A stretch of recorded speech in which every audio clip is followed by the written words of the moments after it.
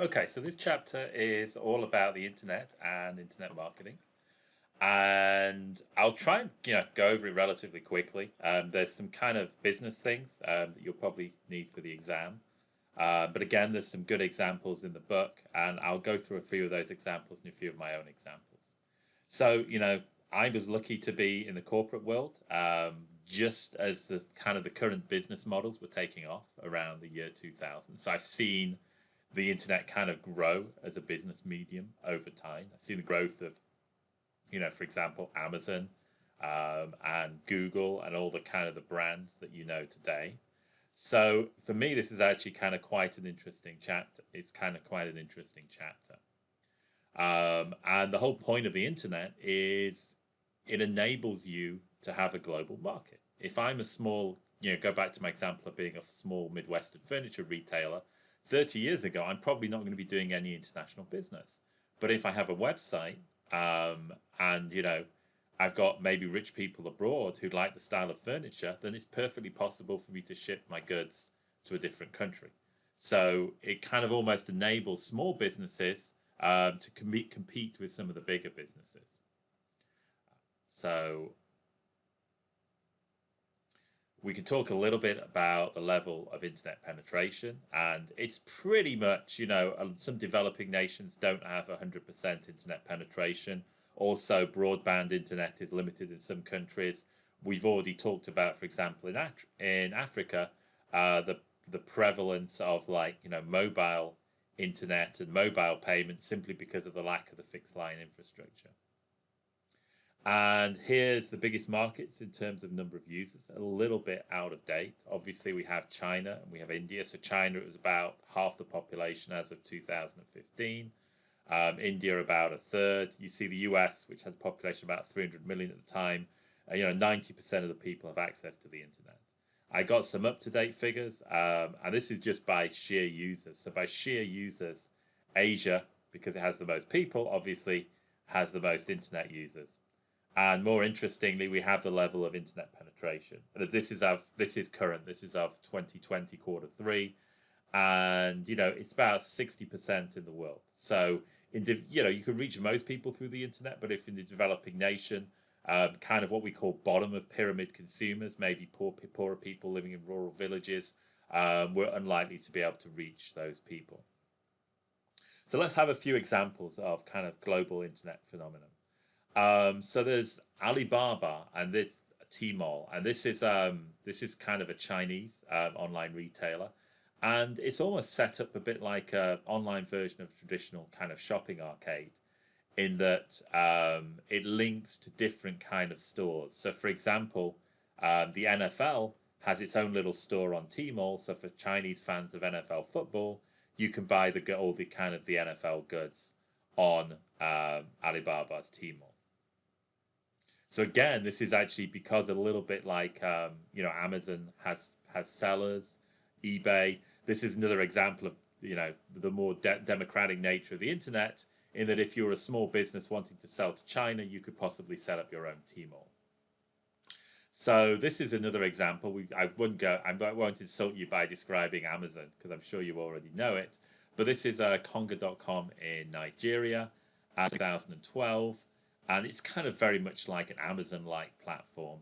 And they have their own mobile payments platform. I'm saying one of the reasons when we did the M-Pesa case that they struggled to move into the Nigerian market was, kind of anti-competitive behavior from the local suppliers. This might be one of the reasons.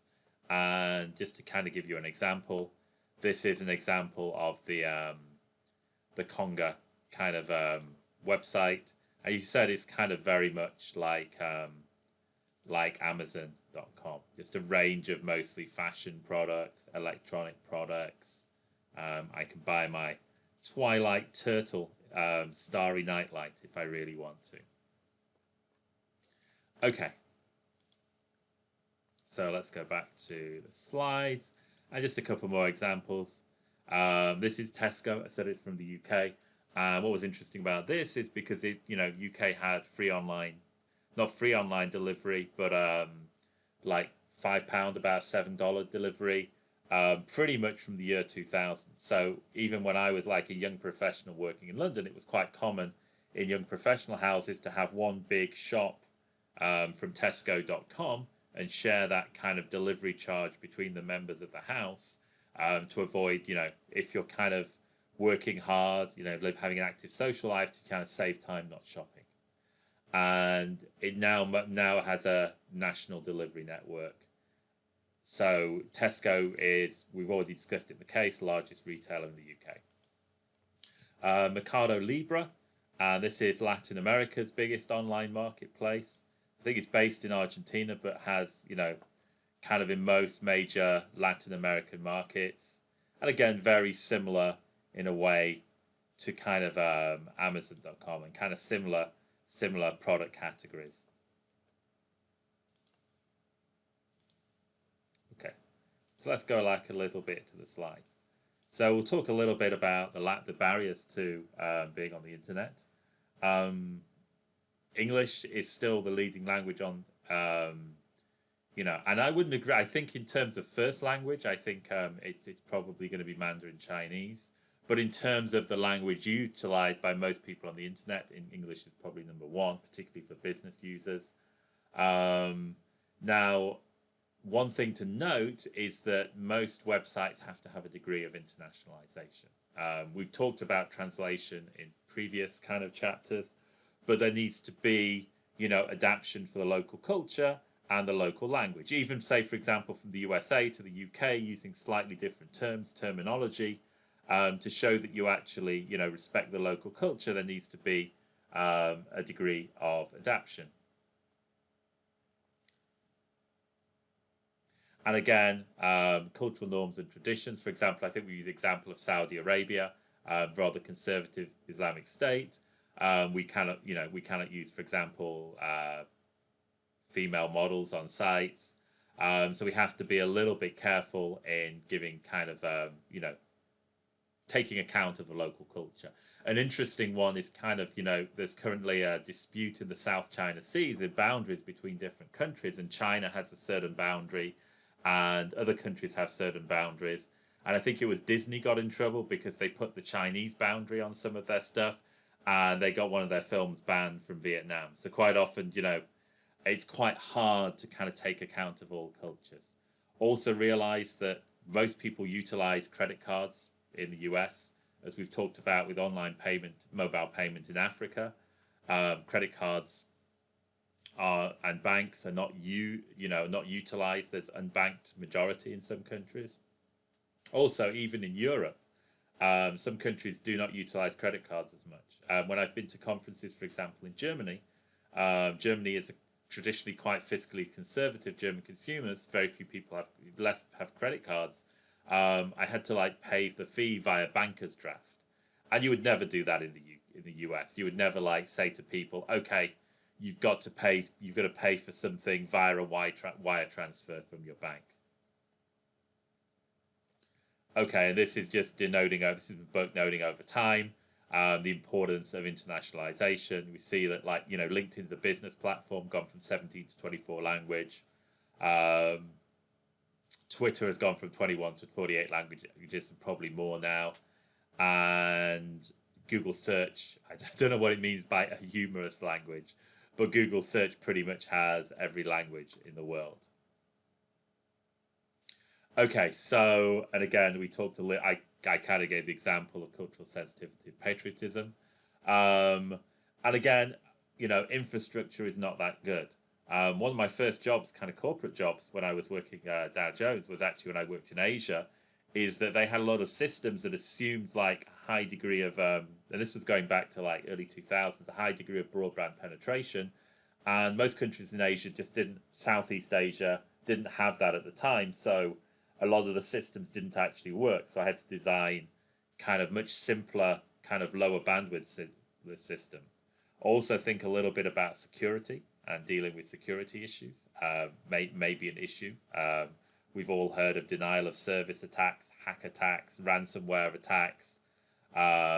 These can be kind of prevalent in certain countries. And also remember, we not everywhere has the level of delivery, particularly for something like perishable goods, that we do have in the USA. Okay, and this again is probably a little bit out of date, but I don't think too much has changed. And this has the top best connection bandwidth in the world. So South Korea probably has the best broadband bandwidth, and I actually found the 2020 version of this. And you can see that Liechtenstein has now taken the lead as the best kind of broadband internet in the world. United States, I think we're number 13. The problem with the United States is a lot of rural areas do not have broadband internet. Okay, so let's get back to the slides. And again, population, a lot of countries' populations. Again, this is going to be out of date, but don't have access to at least fixed broadband internet. So what are some of the other barriers to the internet? If you're in countries with which don't have 100% literacy, then obviously it's going to be hard to use the internet. And there's also, when we talk about language literacy, there's also digital literacy. Sometimes when I'm in group projects, I find it's hard for me to show students, how exactly to use, Google search in a manner to help, do a business document, or how to find business resources. So all these are kind of skills that you learn. Not everybody knows how to search for something on Google search. And also said that, the legal environment is an issue. We've talked in previous class about, how China has different social media platforms than a lot of other countries because a lot of them are blocked in China. So there tends to be, in certain countries, a great deal of regulation for the internet. What you can say, what you cannot say. And, we also have this, I talked a little bit before about, cyber crime. There was the kind of ransomware attacks recently where you got a ransomware threatening to delete all your files unless you paid a certain amount of money in Bitcoin. And things we've already discussed, in the first few weeks, this idea of intellectual property rights. If I'm, for example, trying to sell some information online, an informational service like some marketing research, if I'm somewhere with poor intellectual copyright, I'm going to sell the marketing research to one person. It's just going to be copied and copied and copied and copied. I'm only going to research one. I'm going to sell one copy.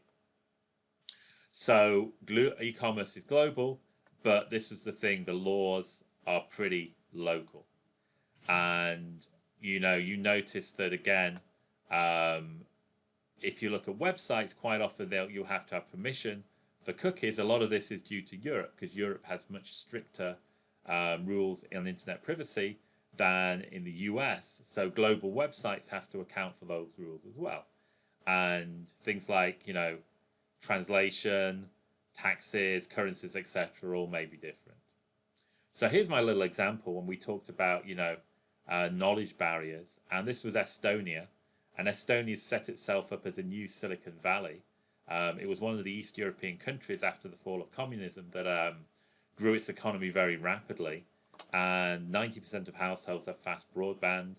There's a low income tax, a lot of free trade, educated English-speaking population.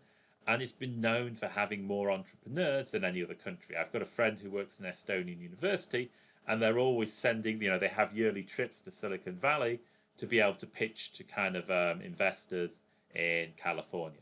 And an interesting one is that Skype was actually written by an Estonian company in 2003, and it was actually bought by Microsoft. So what are our other, we've already talked quite a bit about this, shipping issues, delivery problems, and problems with, either low credit card penetration or a degree of fraud. And this I was talking about, the internet not being free in all countries. I found actually two maps I managed to paste together, and this just shows it where the internet is relatively free, where it's partially free, and there's maybe some restrictions, and where it's considered not free. So there's like a whole range of countries: Russia, Venezuela, Cuba, China, Myanmar, Thailand, where the internet is not particularly free.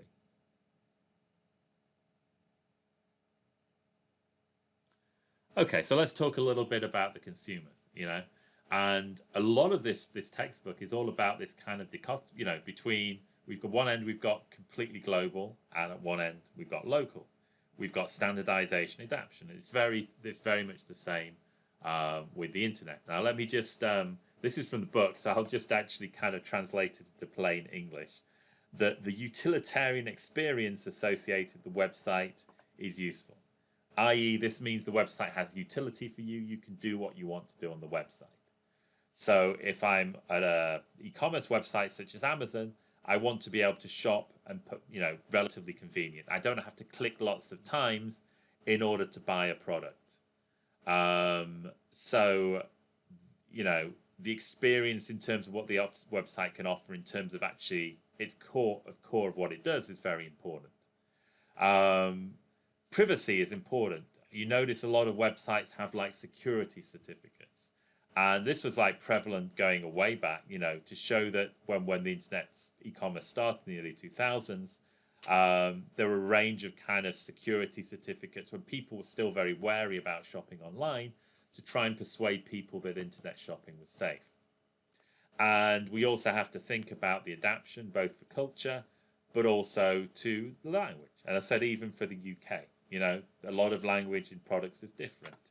I have a car boot rather than a trunk, and when the thing in front, the lid in front of my car is actually called the car bonnet. And if I was a car website, I would have to translate that to the UK.